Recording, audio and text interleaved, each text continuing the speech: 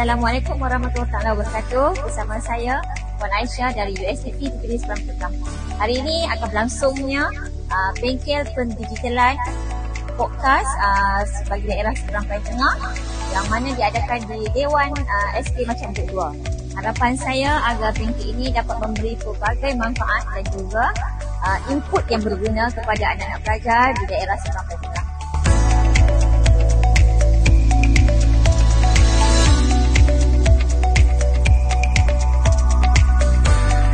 Cikgu daripada SK Pematang Terengganu dan kami semua TV PSS Talk.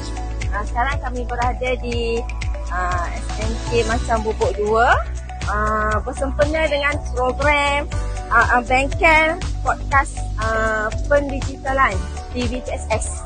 Jadi hari ini kami berada di sini untuk mempromosi TV PSS kami, TV PSS Talks.